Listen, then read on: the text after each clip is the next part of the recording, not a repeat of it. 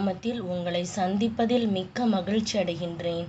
நாம் இன்று தியானிக்க எடுத்திருக்கும் தலைப்பு, பெரிதான மீட்பை குறித்து கவலையற்று இருக்கிறோமா?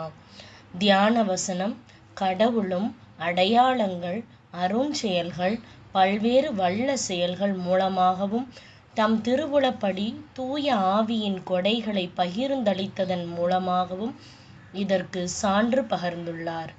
எபிரேயர் அதிகாரம் 2 வசனம் 4.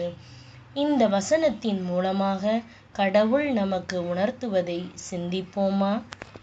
கிறிஸ்துவுக்குள் பிரியமானவர்களே, ஆம் பிரியமானவர்களே, ஆண்டவர் சிலுவையிலே தம்மையே அர்ப்பணித்து நமக்காக சம்பாதித்து வைத்திருக்கும் ஆன்மீக மீட்பு எவ்வளவு விலையேற பெற்றது பாருங்கள். அநேகர் அதன் மேன்மையை அறியாமல் போகிறார்கள். நான் கிறிஸ்தவன் என்று சொல்லி பெருமைப்படுகிறார்கள். ஆனால் உண்மையான கிறிஸ்தவன் யார்? இயேசு அருளிய மீட்பை தன் வாழ்க்கையிலே பெற்றிருக்கிறவனே உண்மையான கிறிஸ்தவன். எல்லா பாவங்களினின்றும் அவரே நம்மை விடுதலையாக்குகிறார். பரிசுத்தமான வாழ்வையும் முடிவிலே நித்திய வாழ்வையும் அவர் நமக்கு கொடுக்கின்றார். இதுதான் உண்மையான மீட்பின் பேராசீர்வாதங்கள். இதை அறியாமல், இதன் மேன்மை அறியாமல் இன்று எத்தனையோ பேர் பெயரளவில் கிறிஸ்தவர்களாய் வாழ்கிறார்கள். என் அன்பு சகோதரனே, சகோதரியே, உன் வாழ்க்கையை சற்று ஆராய்ந்து பார். இந்த மீட்பு உன் வாழ்க்கையை அலங்கரித்திருக்கிறதா? அல்லது பாவம் வாழ்வில் ஒரு பக்கம், ஆண்டவரை தேடுவது மற்றொரு பக்கம் என்று அரைகுறையான பக்தி வாழ்வில் திருப்தி அடைந்திருக்கிறீர்களா?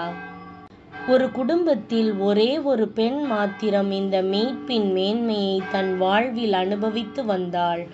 அந்த குடும்பத்தில் எல்லோரும் அரைகுறையான பக்தி வாழ்வு கொண்ட கிறிஸ்தவர்கள். இவர்களுக்கு மத்தியில் அவள் உண்மையான ஆண்டவருடைய அடியாளாய் வாழ்வது யாவருக்கும் வேடிக்கையாக இருந்தது. ஆனால் அவளோ எல்லாவற்றின் மத்தியிலேயும், ஆண்டவரே, என்னை மீட்டு உம்முடைய அன்பு எவ்வளவு பெரியது, என் குடும்பத்தினரும் கண்கள் திறக்கப்பட்டவர்களாய் இந்த அனுபவத்தை பெற்றுக்கொள்ளும்படி அருள் தாரும் என்று அனுதினமும் கருத்தாய் ஜெபித்து வந்தாள். உபவாசம் இருந்தும் ஒருவருக்கொருவருக்காகவும் பெயரை சொல்லி ஜெபம் செய்து வந்தாள்.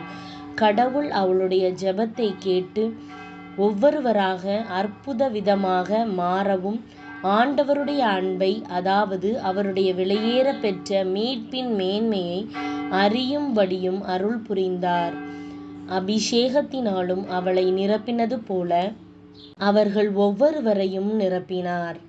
அன்பானவர்களே, இந்த அனுபவம் உங்களுக்கும் உங்களை சார்ந்தவர்களுக்கும் அவர் கொடுக்க வாஞ்சையாய் உள்ளவராய் இருக்கின்றார்.